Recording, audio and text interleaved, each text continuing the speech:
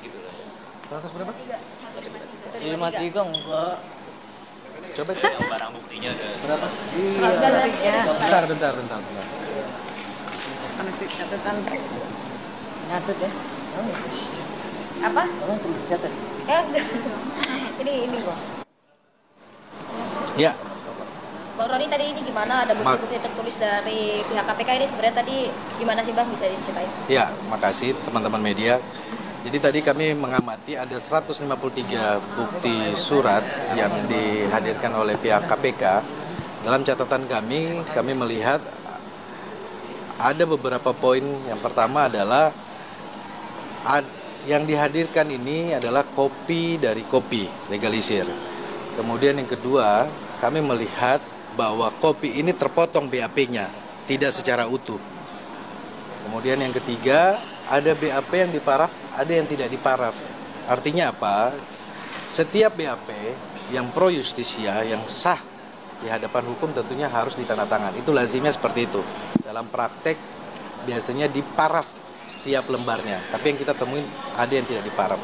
Kemudian sesuai dengan keterangan ahli kemarin yang kami sudah hadirkan bahwa bukti surat kopi dari kopi itu tidak bisa diterima oleh pengadilan. Oleh karena itu kami melihat bahwa dari 153 bukti yang dihadirkan, bukti surat yang dihadirkan, ini sekitar 80% ini adalah kopi dari kopi. Artinya apa? Bahwa cacat dari formil ini, dari BAP ini sudah kelihatan teman-teman. Dan kedua, apa yang dihadirkan oleh KPK yang sesuai prediksi kami bahwa ini adalah kasus yang sudah pernah disidangkan. Jadi menggunakan bukti yang lama juga. Terus juga kami temukan juga ada sprindik yang ditandatangani oleh pimpinan langsung KPK. Padahal kita ketahui bersama putusan MK bahwa pimpinan bukan lagi sebagai penyidik. Jadi teman-teman, pagi ini kami juga mencermati masih banyak spanduk-spanduk yang menyerang kami, dan spanduk-spanduk provokatif tersebut tersebar di Jakarta. Dan dalam hal ini teman-teman juga media melihat kemarin ada demo-demo kan. Nah, ya, ini yang kita pertanyakan, siapa yang menggerakkan ini. Terus kami sangat meyakini kepada majelis hakim dapat memeriksa perkara ini secara objektif sesuai dengan fakta, formil maupun material. Dan kami juga mengingatkan kepada pihak-pihak jangan ada yang coba memframing, mengintimidasi, memberitakan berita hoax yang menyerang lembaga peradilan.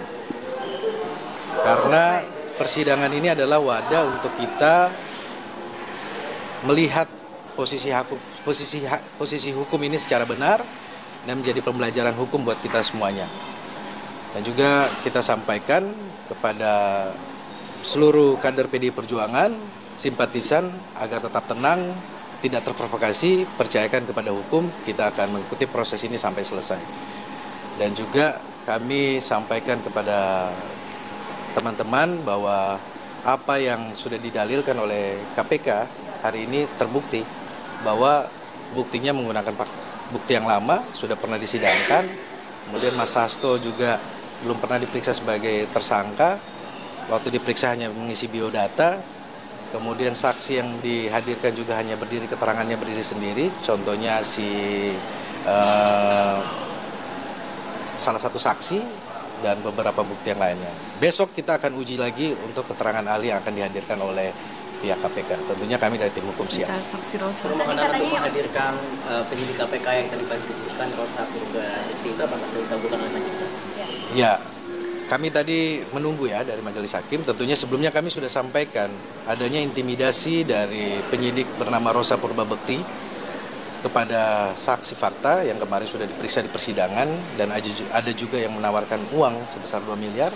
Tentunya kita minta kepada hakim agar dihadirkan supaya ini menjadi terang.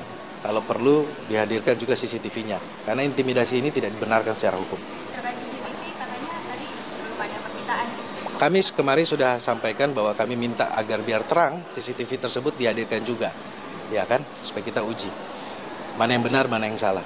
Jadi jangan kasus Mas Hasto ini penuh dengan framing, narasi-narasi Padahal kita lihat alat buktinya sudah pernah disidangkan. Dan juga yang dihadirkan sekarang sangat lemah alat buktinya. Keterangan saksi yang berdiri sendiri, kemudian rekaman dari ini bus yang dibilang tenggelamkan, ternyata handphonenya sudah ada sama penyidik gitu. Ya inilah wadah untuk kita mengkoreksi dari lembaga KPK sehingga due process of law ini berjalan berkeadilan.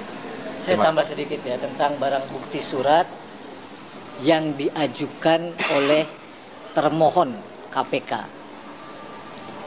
Pada hari ini secara jelas, tegas, dari bukti surat yang diajukan oleh termohon, penetapan tersangka terhadap Pak Hasto ternyata tanpa melalui proses penyelidikan dan penyidikan terlebih dahulu.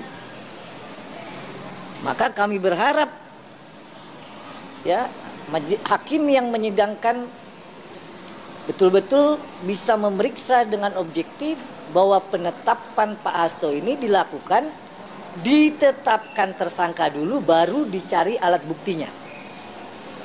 Dari 153 dan beberapa yang pending, kita melihat jelas bahwa yang diajukan adalah berita acara terhadap saksi-saksi yang dilakukan sebelum penetapan Pak Hasto. Sprindiknya Ya. juga pakai lama. Yang kita lihat tadi bukti-bukti surat yang diajukan adalah bukti-bukti BAP sebelum terbitnya sprindik. Yang kita lihat tadi bukti-bukti surat ya yang sudah diuji di pengadilan. Maka sekali lagi ini menegaskan bahwa termohon inkasu KPK menetapkan Pak Hasto terlebih dahulu baru diupayakan mencari bukti. Saya kira tegas, kami lihat secara jelas tidak pernah ada proses penyelidikan dan penyidikan untuk menetapkan Pak Hasto. Mudah-mudahan hakim melihat ini dan permohonan kami bisa dikabulkan. Itu saja. Jadi Oke. optimistis hari Kamis nanti Mbak Erna jawab. Hakim Tunggal akan mengabulkan. Mbak Erna, silakan Mbak Erna. Apa pertanyaan? Optimistis PDIP dan juga kuasa hukum dari pemohon akan dikabulkan oleh Hakim Tunggal nanti. Tentu saja ketika kita melihat mekanisme atau proses persidangan hari ini,